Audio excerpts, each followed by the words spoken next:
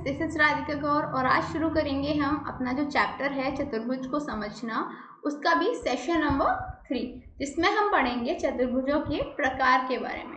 देखिए अभी तक हमने क्या पढ़ा, अभी तक हमने बहुभुज के बारे में पढ़ा, हमने ये भी पढ़ा कि बहुभुज किस तरीके के होते हैं, साथ में हमने अवतल और उत्तल के बारे में पढ़ा था। सेशन नंबर 1 में हमने समझा था ना कि अवतल और उत्तल क्या होते हैं।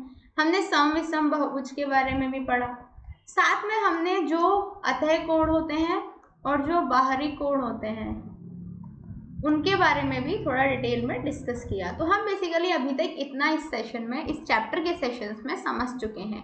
इस सेशन में हम पढ़ेंगे जो चतुर्भुज हैं उनके क्या प्रकार होते हैं, उन्हीं के बारे में हम इस सेशन में डिटेल से स्टडी करेंगे। तो आई होप आपको ये सेशन बहुत अच्छा लगने वाला है। तो चलिए शुरू करते हैं। देखिए सबसे पहले आपको हम समलंब के बारे में बताते हैं। समलंब क्या होते हैं? तो समलंब एक ऐसा चतुर्भुज होता है जिसमें भुजाओं का एक युग्म समांतर होता है। मतलब कोई भी चतुर्भुज जिनकी जो भुजाएं हैं उनका एक युग्म कितना, एक युग्म मतलब एक पेयर कैसा होता है? समांतर होता है।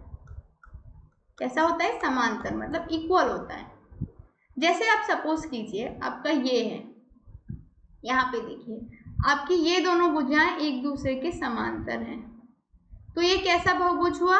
ये हुआ हमारा समलंब। ये भी हमारा समलंब हुआ, ये भी समलंब हुआ और ये भी समलंब हुआ। जबकि ये देखिए यहाँ पे भुजाएं एक दूसरे के बराबर नहीं है, तो ये समलंब भी नहीं है, ये समलंब नहीं। यहाँ पे भी ऐसा ही है कि एक दूसरे के बराबर नहीं है, तो ये भी समलंब नहीं है। तो समलंब को आप अच्छे से समझ में आ गए होंगे कि समलंब क्या है? एक ऐसा चतुर्भुज है, एक ऐसा चतुर्भुज है, चतुर्भुज मतलब 4 भुजाओं से बना बंद वक्र बहुभुज। एक ऐसा चतुर्भुज है जिसमें भुजाओं का एक युग्म समांतर होता है। कैसा होता है? समांतर होता है। क्लियर हुआ? अच्छा, अब इसके बाद में बात आता है पतंग क्या होता है। क्लियर? देखिए चतुर्भुज के कई टाइप के प्रकार होते हैं। एक मैंने आपको बता दिया समलंब, दूसरा होता है पतंग। तो अब इस यहाँ पे हम ये पतंग के बारे में ही डिस्कस करेंगे। तो देखिए पतंग विशिष्ट प्रकार का एक चतुर्भुज है। प्रत्येक आकृति में एक जैसे चिन्ह बराबर भुजाओं को दर्शाते हैं। उदाहरण AB किसके बराबर है? AD के। BC किसके बराबर है? CD के। देखिए कोई भी एक हमारा चतुर्भुज जो इस तरीके का हो कि उसकी 2 बराबर वाली भुजाएं एक दूसरे के बराबर हो। जैसे देखिए ये एक कोई भी हमारा चतुर्भुज है, इसमें यदि ये इसके बराबर है और ये इसके बराबर है, तो ये क्या हो गया? पतंग हो गया। ये देखिए ये भी एक पतंग है,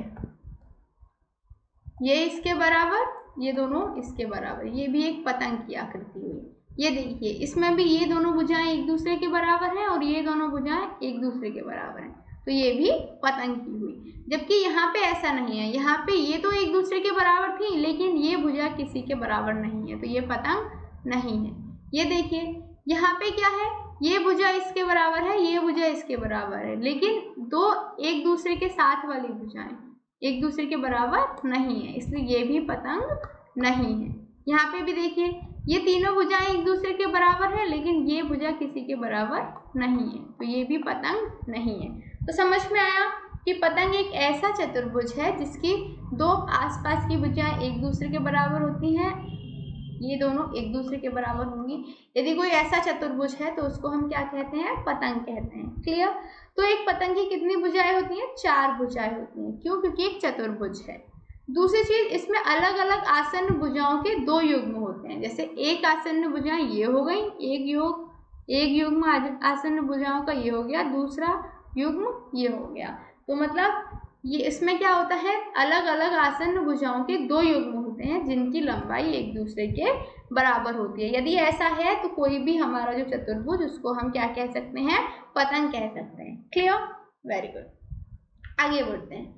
पतंग के बाद आता है समांतर चतुर्भुज क्या होते हैं। समांतर चतुर्भुज क्या होते हैं? तो देखिए समांतर चतुर्भुज एक चतुर्भुज ही है जैसा कि नाम संकेत करता है, लेकिन इसका संबंध किससे होता है? समांतर रेखाओं से। किससे है? समांतर रेखाओं से। कहने का अर्थात ये है कि वो चतुर्भुज जिनमें जो रेखाएं हैं वो कैसी हो, समान हो, उन्हें हम क्या बोलेंगे, समांतर चतुर्भुज बोलेंगे। जैसे आप देखिए ये वाला फिगर देखिए, इसमें क्या है, ए बी सी डी 4 है, ये रेखा ये रेखा ये रेखा ये रेखा ये रेखा ये रेखा ये रेखा ये रेखा एक दूसरे के समान है, मतलब ये एक दूसरे के समान है, तो ये कौन सा हुआ, समांतर चतुर्भुज हुआ। यहाँ पे भी देखिए QP जो है SR के बराबर है, QS PR के बराबर है, ये भी हमारा समांतर चतुर्भुज हुआ। इसमें देखिए LM ON के बराबर है, LO MN के बराबर है, ये भी हमारा समांतर चतुर्भुज ही हुआ। लेकिन यहाँ पे देखिए, यहाँ पे ये रेखाएं एक दूसरे के बराबर हों चाहे ना हो, लेकिन बेसिकली हम ये नहीं कह सकते कि जो हमारा जो भी हमारी ये चारों रेखाएं हैं वो समांतर हैं, तो इसीलिए ये समांतर चतुर्भुज नहीं है। ऐसे ही यह भी समांतर चतुर्भुज नहीं है। इसमें हमारी 5 भुजाएं हैं, तो सिंपल है, ये तो चतुर्भुज है ही नहीं, इसको तो हम ऐसे ही कैंसिल कर सकते हैं, क्योंकि इसमें कितनी रेखाएं हैं, 5 रेखाएं हैं। क्लियर? तो ये चीज़ आपको अच्छे से समझ में आई। तो समांतर चतुर्भुज क्या होता है आप समझ लीजिए। समांतर चतुर्भुज एक चतुर्भुज होता है जिसकी सम्मुख भुजाएं कैसी होती हैं, समांतर होती हैं, मतलब एक दूसरे को फेस करने वाली भुजाएं, सम्मुख भुजाएं, जैसे इसके बराबर ये होगा, इसके बराबर ये होगा। क्लियर? तो ये क्या हुआ, ये हुआ हमारा समांतर चतुर्भुज। क्लियर? Very good. अब आई होप आपको 3 तरीके के चतुर्भुज समझ में आ गए। आपको समलंब समझ में आ गया अच्छे से, दूसरा आपको पतंग समझ में आ गया, तीसरा आपको समांतर चतुर्भुज समझ में आ गया। ये तीनों आपको समझ में आ गए। चलिए आगे बढ़ते हैं। अब आता है हमारा कुछ हमारे जो सवाल हैं उनको हम हल करके इन तीनों के बारे में डिस्कस करेंगे। इससे आगे वाला जो सेशन होगा उसमें हम रोमस के बारे में पढ़ेंगे, उसमें हम रेक्टेंगल के बारे में पढ़ेंगे, उसमें हम स्क्वायर के बारे में पढ़ेंगे, आयत वर्ग, ये सब हम उस सेशन में डिस्कस करेंगे। चलिए अब इस क्वेश्चन को देखिए। क्वेश्चन हमारा ये कहता है कि हमारे पास क्या है, हमारे पास समांतर चतुर्भुज हैं PQRS, उनका परिमाप ज्ञात करना है। ठीक है, तो देखिए मैंने बताया कि समांतर चतुर्भुज जो होती हैं उनकी सम्मुख भुजाएं एक दूसरे के बराबर होती हैं। तो यदि हमने कोई भी एक चतुर्भुज बना लिया PQRS, ठीक है, इसको हम कैसे भी बना सकते हैं, ये हमने बना लिया यदि, क्लियर? तो देखिए यहाँ पे यदि हमें दे रखा है कि PQRS का परिमाप ज्ञात करना है, और यहाँ पे हमें दे रखा है कि ये 7 सेंटीमीटर है और ये 12 सेंटीमीटर है, तो सिंपल सी बात है 12 सेंटीमीटर के सामने वाली भी 12 सेंटीमीटर होगी और 7 सेंटीमीटर के सामने वाली भी 7 सेंटीमीटर होगी। परिमाप निकालने के लिए चारों का हम सम कर सकते हैं। परिमाप का मतलब क्या होता है, पेरीमीटर होता है। पेरीमीटर क्या होता है, यहाँ से यहाँ तक, यहाँ से यहाँ तक, इसका परिमाप निकालना। सबको प्लस कर देंगे तो 12 + 7 + 12 + 7 किसके बराबर आ जाएगा, 38 सेंटीमीटर। तो क्या होगा, जो हमारा PQRS है उसका परिमाप क्या होगा, 38 सेंटीमीटर का होगा। क्लियर? आगे क्वेश्चन देखिए। क्वेश्चन हमारा ये कहता है कि हमारे पास एक आकृति है बेस्ट, एक समांतर चतुर्भुज है, इसमें हमें x y z का मान ज्ञात करना है, x y और z का मान ज्ञात करना है। देखिए यहाँ पे x क्या होगा, हमें पता है कि समांतर चतुर्भुज में जो सम्मुख कोण होता है उसका जो सम होता है वो कितना होता है, ऑब्वियसली बराबर होगा, तो ये सम्मुख कोण हो गया, तो x कितना हो गया, 100 के बराबर हो गया, सीधे सीधे आ गया। y कोण का माप क्या होंगे, देखिए y जो है वो x के क्या है, संगत कोण है, संगत कोण है, तो इसका भी माप कितना हो जाएगा, 100 डिग्री हो जाएगा। अब z निकालना है, तो देखिए रैखिक युग्म बन गया, ये एक कैसा बन गया, रैखिक युग्म। रैखिक युग्म का योग किसके बराबर होता है, 180 के बराबर होता है, तो मतलब ये z किसके बराबर हो जाएगा, 180 माइनस y, तो 180 माइनस का 100, तो z किसके बराबर हो जाएगा, 80 डिग्री के बराबर हो जाएगा। तो हमारे पास क्या वैल्यू आ गई, x की 100 डिग्री, y की 100 डिग्री और z की आ गई हमारे पास यहाँ पे 80 डिग्री। क्लियर? Very good. आगे देखिए, आगे क्वेश्चन हमारा ये कहता है कि हमारे पास समांतर चतुर्भुज है रिंग RING। क्लियर? यदि MR इसकी वैल्यू 70 डिग्री हो तो दूसरे सभी कोणों को ज्ञात करना है। क्लियर? हमारे पास ये दे रखा है। अब देखिए एम आर की वैल्यू दे रखी है हमें 70 डिग्री, तो हमें पता है कि सम्मुख कोण है एन बी, क्लियर। तो इसकी डिग्री भी कितनी हो जाएगी, 70 डिग्री ही हो जाएगी। तो हम लिख सकते हैं एम एन, ये हो गया 70 डिग्री। अच्छा, इसके बाद में हमने देखा कि जो आर और आई है वो संपूरक कोण है। कौन से कोण है, आर और आई कैसे कोण है, संपूरक। और संपूरक कोण जो होते हैं उनका जो योग होता है वो 180 के बराबर होता है। तो देखिए यहाँ से, ये तो हमें पता है, यहाँ से हम क्या निकालेंगे, एम आई निकालेंगे, जो हो जाएगा 180 में से 70 को घटा देंगे, बराबर आ जाएगा 110। तो यहाँ से आई की वैल्यू कितनी आ गई हमारी, 110 डिग्री। इसकी वैल्यू आ गई 70 डिग्री। अब देखिए आई के सम्मुख कोण कौन सा है, आई के सम्मुख कोण जी है, जी की वैल्यू कितनी आ जाएगी, इसलिए हमारी, बताइए, इतना तो आपको समझ में आ ही चुका होगा कि सम्मुख कोण की वैल्यू उसके ही बराबर होती है। तो जब इसकी 110 है तो इसकी भी वैल्यू 110 डिग्री आ जाएगी। तो हमें क्या मिला, हमें ये मिला कि जो हमारा एम आई है वो हो गया 110 डिग्री, एम एन है वो हो गया 70 डिग्री, और एम जी है उसका हो गया 110 डिग्री। क्लियर, ये हमारा इनका क्या हो गया, एंगल का माप हो गया। ठीक है, मेजरमेंट हो गया। कोई कंफ्यूजन ऑब्वियसली नहीं होनी चाहिए, और आई होप आपको ये क्वेश्चन बहुत अच्छे से समझ में आ भी चुका होगा। क्वेश्चन ये देखिए, आपके पास एक आकृति दे रखी है, ये आकृति है हेल्प, एक समांतर चतुर्भुज है। ठीक है, क्लियर। आपको क्या करना है, आपको हल करना है एक सवाल, और उसमें OH की वैल्यू ज्ञात करनी है। तो देखिए ये आपको यहाँ पे जो आकृति है वो गलत बना दी है। तो चलिए मैं आपको आकृति बना के दिखाती हूँ। आपके पास हेल्प है, ठीक है, HELP, क्लियर। तो यहाँ पे जो OE है, ये O है, जो OE है ये कितना है, 4। HL कितना है, HL जो है वो PE से कितना अधिक है, 5 अधिक है। HL PE से 5 अधिक है। PE कितना है हमारा, PE आया हमारा 8, क्लियर। क्यों, क्योंकि OE हमारा 4 दे रखा है, तो PE हमारा कितना आ गया, 8 आ गया, प्लस 5, HL 13 के बराबर हो गया। यहाँ से हम OH निकालेंगे, OH कितना हो जाएगा हमारा, 1/2 गुणा 13, क्योंकि 8 और 5 कितने होते हैं, ये 8 हो गया। ठीक है, HL हमारा कितना हो गया, 13 के बराबर है, ये हमें यहाँ पे गिवन है।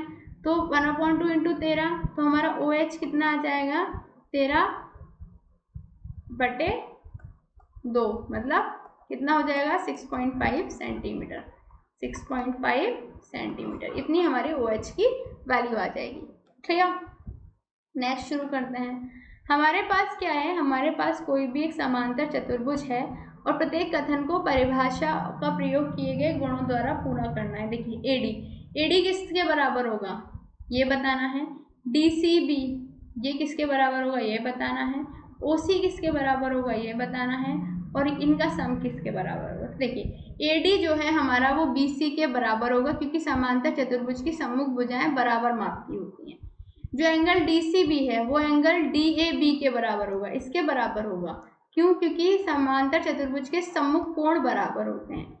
एंगल OC, जो OC है वो किसके बराबर होगा, OA का होगा, क्योंकि जो समांतर चतुर्भुज है उनके विकर्ण एक दूसरे को समद्विभाजित करते हैं। और एंगल MDAB जो होगा वो CDA के बराबर होगा, क्योंकि समांतर चतुर्भुज के आसन्न कोण कैसे होते हैं, संपूरक होते हैं। तो सॉरी, बराबर नहीं होंगे, ये दोनों एंगल का जो योग होगा वो 180 के बराबर होगा।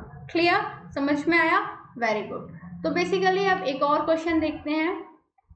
क्वेश्चन हमारा देखिए ये कहता है कि हमारे पास एक समांतर चतुर्भुज है और उसमें अज्ञात XYZ हैं, इनकी हमें वैल्यू ज्ञात करनी है। तो ये हमारा समांतर चतुर्भुज है, XYZ की वैल्यू ज्ञात करनी है।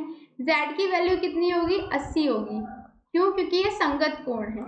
X की वैल्यू क्या होगी, X प्लस 80, यहाँ से निकालेंगे तो 180 के बराबर हुआ। X हो गया 180 में से 80 को घटा देंगे, 100 बचा। तो Y बराबर कितना हो जाएगा, 80 डिग्री। कितना हो जाएगा, 80 डिग्री। तो समांतर चतुर्भुज के सम्मुख कोण कैसे होते हैं, बराबर होते हैं। Clear, very good. आगे बढ़ते हैं। क्वेश्चन हमारा ये कहता है कि इसमें y की वैल्यू हमें ज्ञात करनी है। तो समांतर चतुर्भुज के सम्मुख कोण बराबर होते हैं, ये चीज़ हमें अच्छे से पता है। तो y यहाँ पे कितना आ जाएगा, 112 के बराबर। डन। यहाँ से अब देखिए हमें x की और y की और 40 इन तीनों को प्लस करेंगे तो 180 आएगा, क्योंकि ये क्या बनना है, एक त्रिभुज बनना है, ये एक त्रिभुज बन रहा है। तो देखिए इसको सॉल्व करेंगे तो यहाँ से क्या आएगा, 40 प्लस 112 प्लस x किसके बराबर हो जाएगा, 180। तो यहाँ से x बराबर आ जाएगा 180 माइनस का 152। तो यहाँ से हमारा x किसके बराबर आ जाएगा, 28 डिग्री सेल्सियस के बराबर। तो x आ गया हमारा 28 डिग्री। अब z निकालना है, तो z x के एकांतर कोण है, तो z भी आ जाएगा 28 डिग्री। तो यहाँ से हम x की वैल्यू 28 डिग्री, y की वैल्यू 112 डिग्री और z की वैल्यू भी 28 डिग्री, ये हमने यहाँ पे फाइंड आउट कर लिया। आगे सवाल देखिए, एक और क्वेश्चन है हमारा, इसमें भी हमें क्या करना है, x y z की वैल्यू निकालनी है।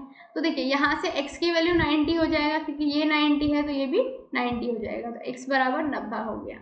अब यहाँ से y की वैल्यू निकालने के लिए x प्लस 30 प्लस y बराबर 180 होना चाहिए। तो यहाँ से देखिए x की वैल्यू 90 प्लस 30 प्लस y किसके बराबर हो गया, 180 के। तो y बराबर हो गया 180 में से घटा देंगे हम कितना, 120। तो y किसके बराबर हो गया, 60 डिग्री के, किसके, 60 डिग्री के, ये हो गया हमारा 60 डिग्री। जब y 60 डिग्री है तो देखिए y के एकांतर कोण कौन सा है, z है। तो यहाँ से z किसके बराबर हो जाएगा, y के, मतलब 60 डिग्री। क्लियर। तो हमारे पास क्या क्वेश्चन के हल निकल के आए कि x तो है 90 के बराबर, y है हमारा 60 के बराबर और z जो है वो भी हमारा 60 के बराबर हुआ। समझ में आया, वेरी गुड। तो उम्मीद करती हूँ आपको ये सेशन समझ में आया होगा। आप अब समझ गए होंगे कि कैसे हम आसानी से कोई भी त्रिभुज के जो हमने पढ़े, मतलब समलंब त्रिभुज पढ़े, हमने पतंग के बारे में पढ़ा और उसके बाद में हमने समांतर चतुर्भुज के बारे में पढ़ा, सॉरी। तो ये तीनों तरीके के जो चतुर्भुज हैं वो आपको समझ में भी आ गए होंगे और उसके साथ साथ आपको इनके सवाल भी हल करने आ चुके होंगे। मिलते हैं अगले सेशन में, जहाँ पे हम आयत के बारे में डिस्कस करेंगे, रोम्बस के बारे में डिस्कस करेंगे, वर्क के बारे में डिस्कस करेंगे और समझेंगे उनके सवालों को हल करना। उम्मीद करती हूँ आपको ये सेशन बहुत पसंद आया होगा। मिलते हैं अगले सेशन में, तब तक के लिए शुक्रिया एंड गुड बाय।